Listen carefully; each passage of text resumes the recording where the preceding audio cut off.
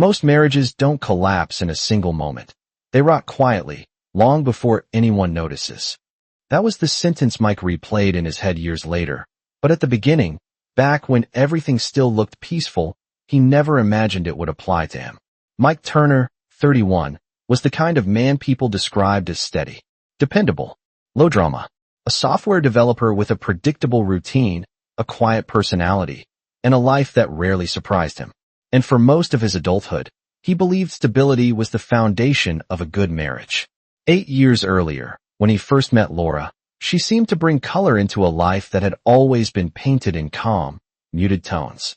She was 22 back then, lively, spontaneous, and the kind of woman who walked into a room and instantly gathered attention without even meaning to. Mike fell for her quickly. She was everything he wasn't, loud where he was soft, impulsive where he was cautious, and endlessly curious about everyone around her.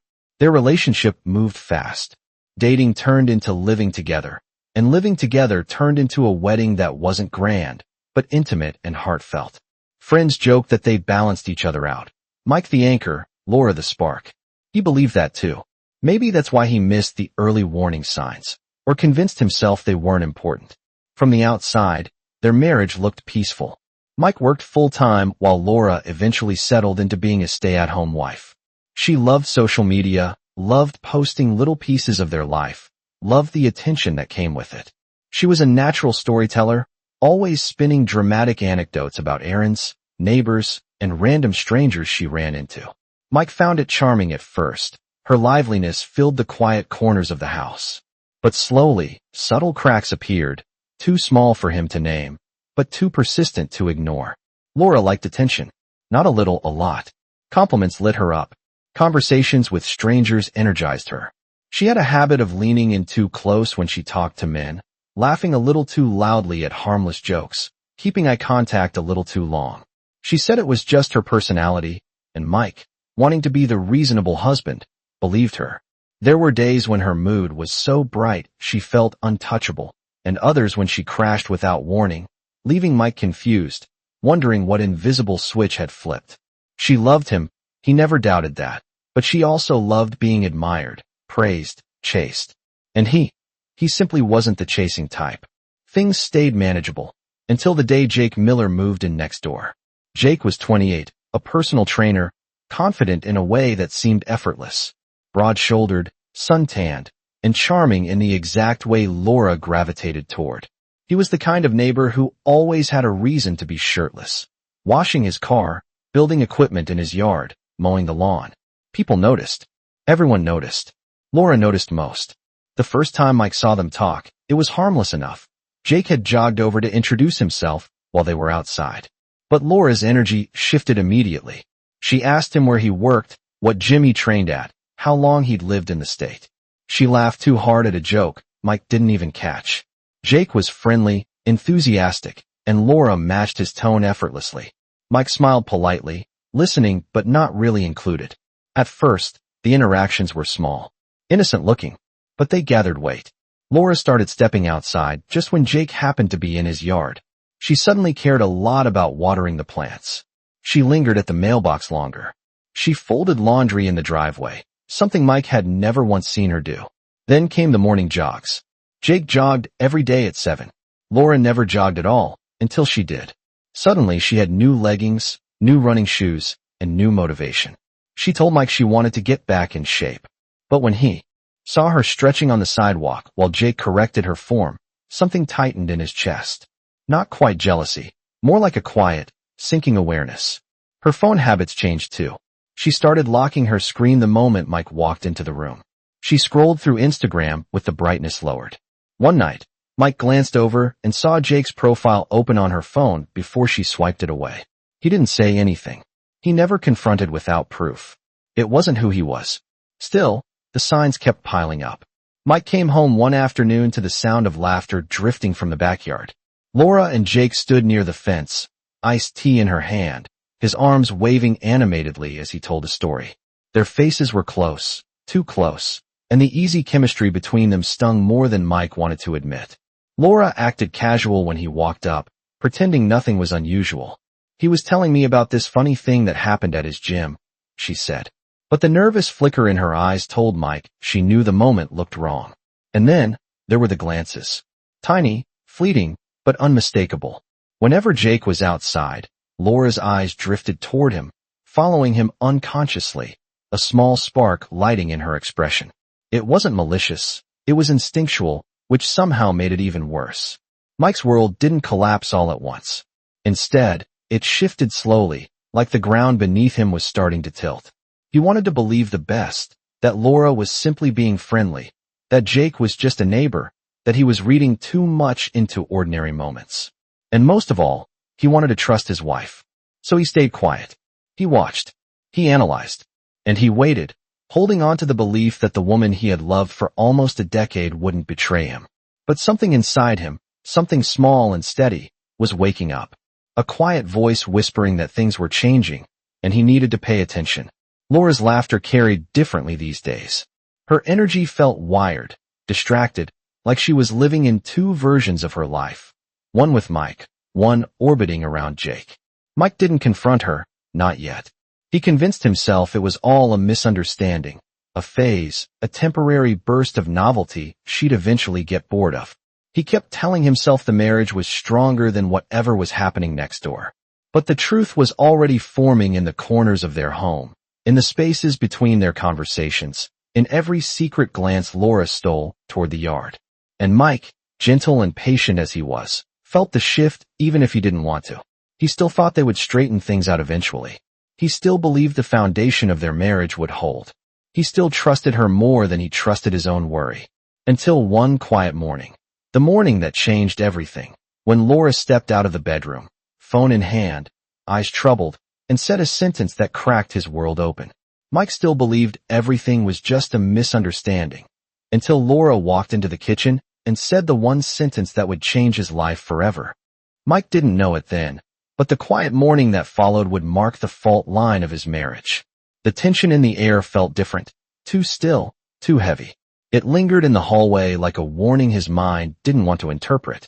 Laura stepped into the kitchen with her phone clutched tightly in her hand, as if she had spent hours repeating a script only she understood. Her eyes looked restless, unsure, but strangely determined. And Mike, sensing something unspoken, set his coffee down and waited for her to breathe. "Can we talk?" she asked. Her voice was low, trembling slightly, but it carried an unmistakable weight. Mike nodded. "Of course. What's going on?" She didn't sit right away. She paced, then finally pulled out a chair and let herself drop into it with a shaky exhale. Her fingers drummed on the table for a long moment before she finally lifted her gaze to him. "I don't know how to say this," she whispered. "So I'm just going to say it." Mike felt his pulse slow.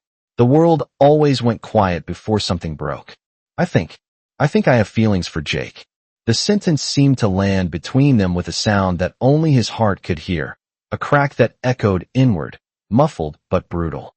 He stared at her, not angry, not yet devastated, just trying to understand the shape of what she had put into words. After a long silence, he finally asked, "Feelings?" Laura swallowed. "I didn't mean for it to happen. It just did. And I'm confused. I need to figure out what these feelings mean. I need time." "Time," Mike repeated slowly. "What kind of time?" She hesitated.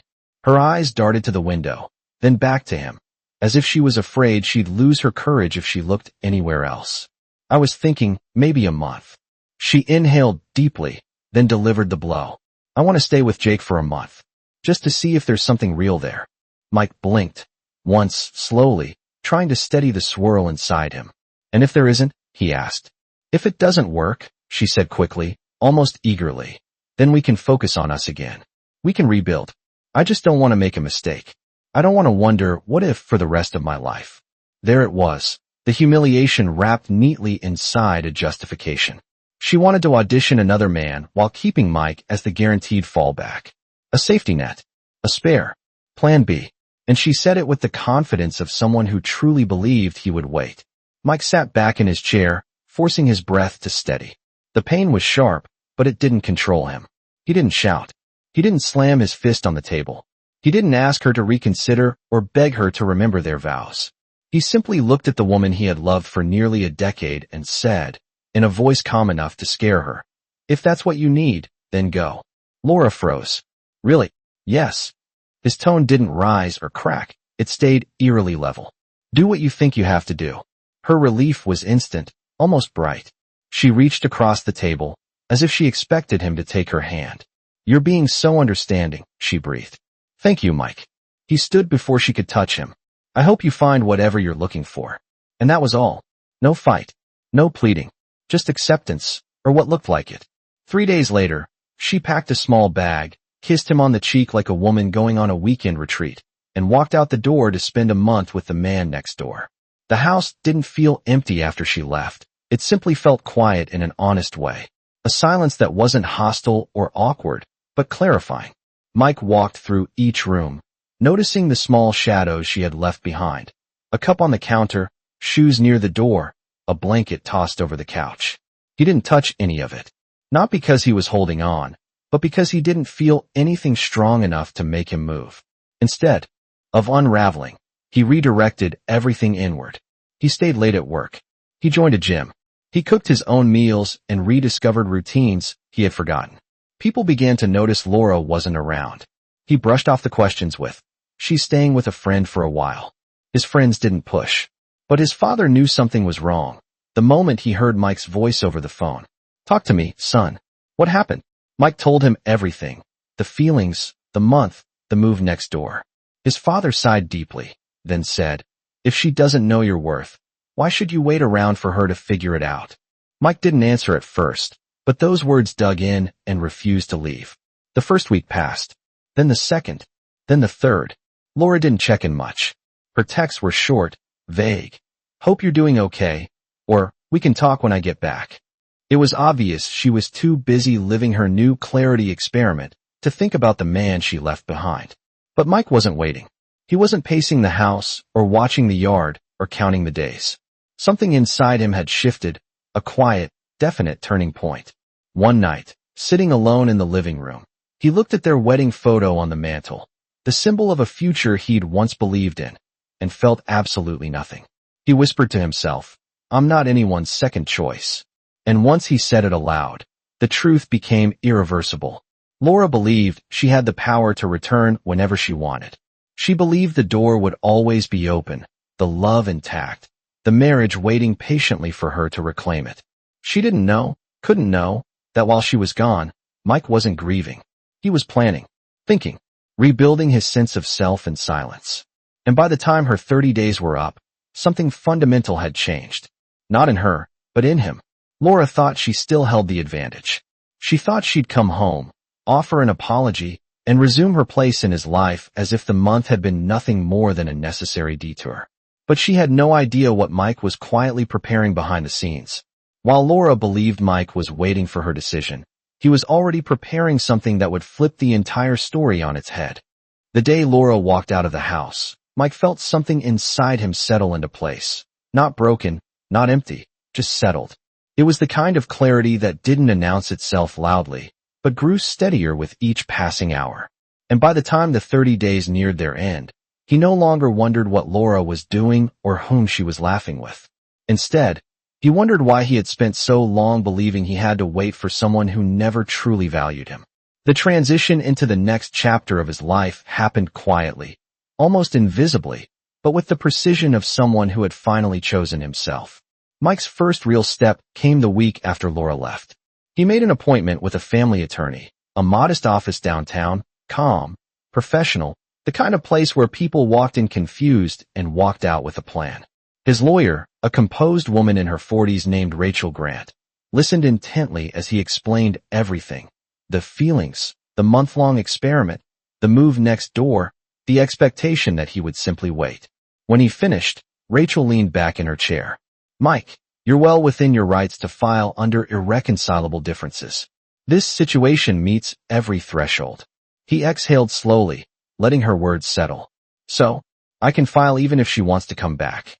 "Especially if she wants to come back after exploring someone else," Rachel said.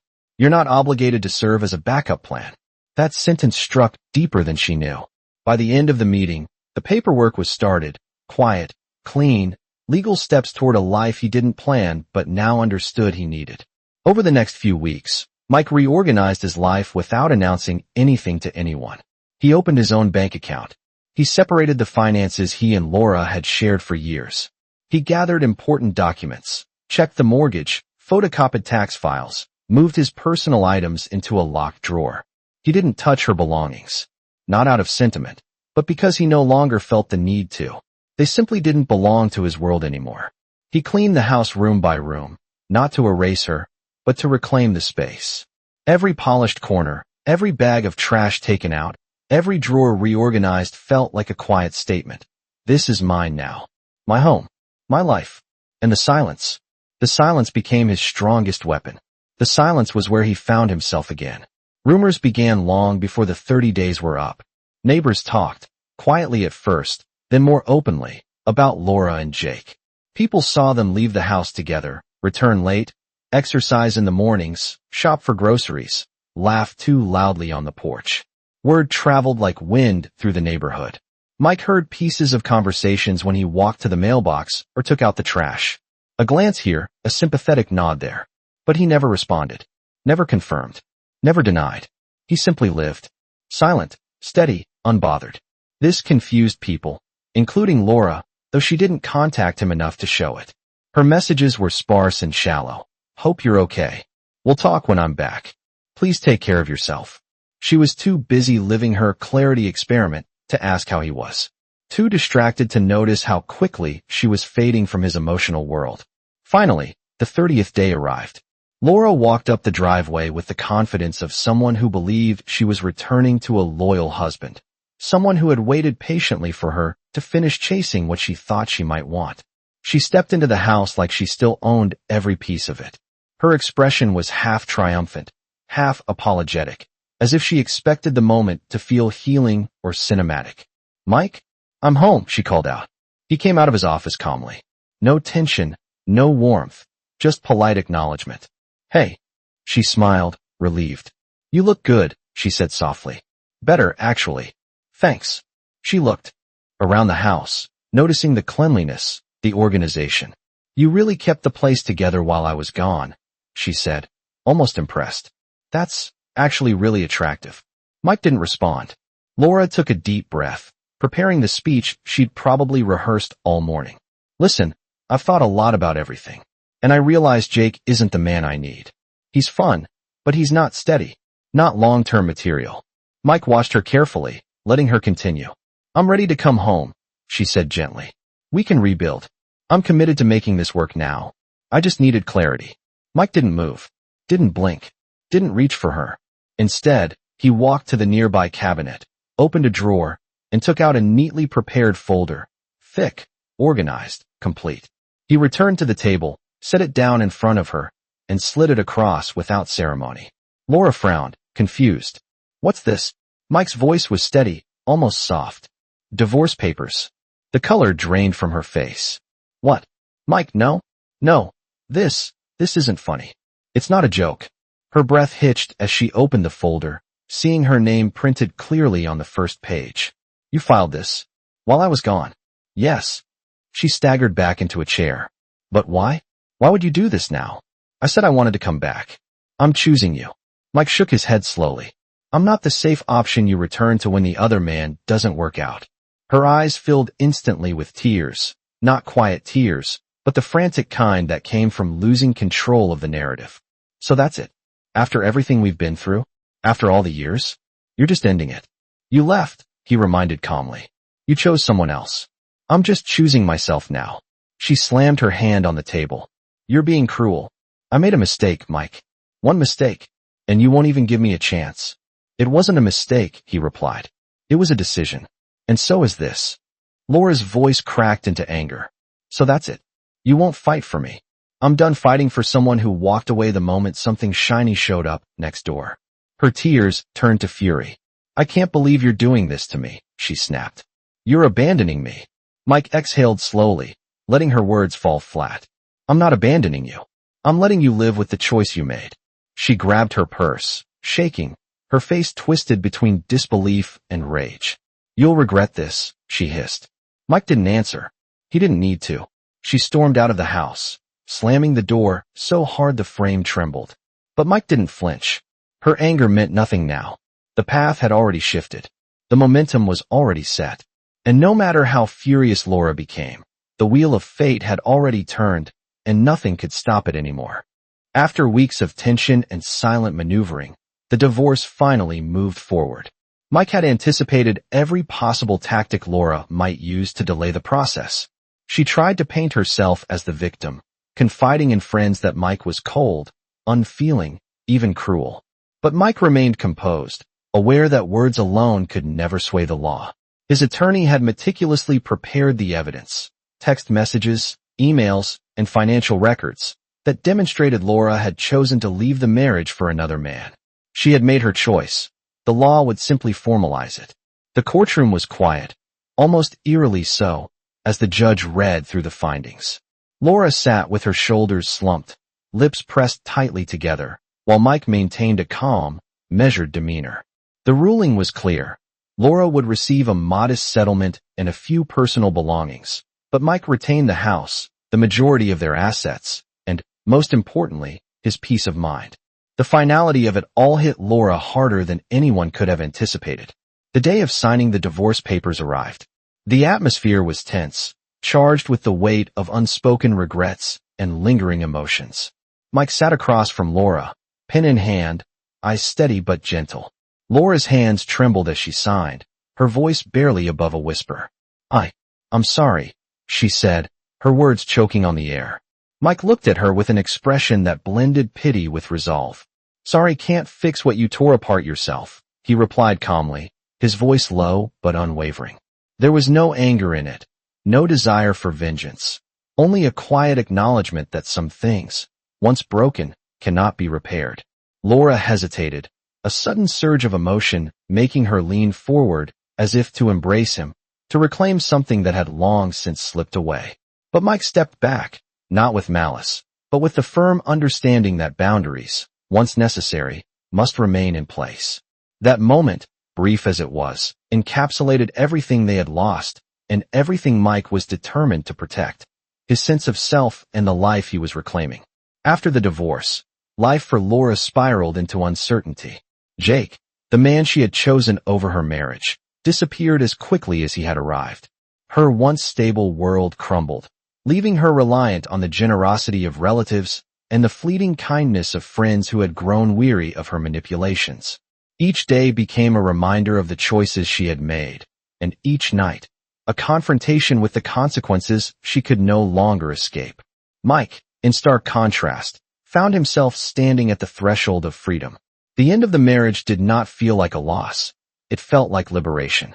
He immersed himself in his work, allowing long-neglected projects and passions to fill the space that grief might have otherwise occupied.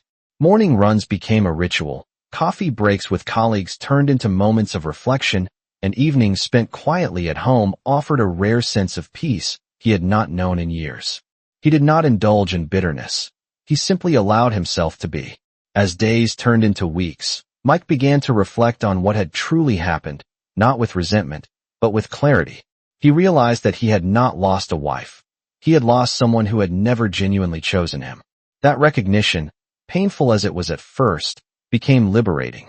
The sense of betrayal faded, replaced by a calm understanding that the value of a relationship lies not in its legal bond, but in the choice to honor and nurture it.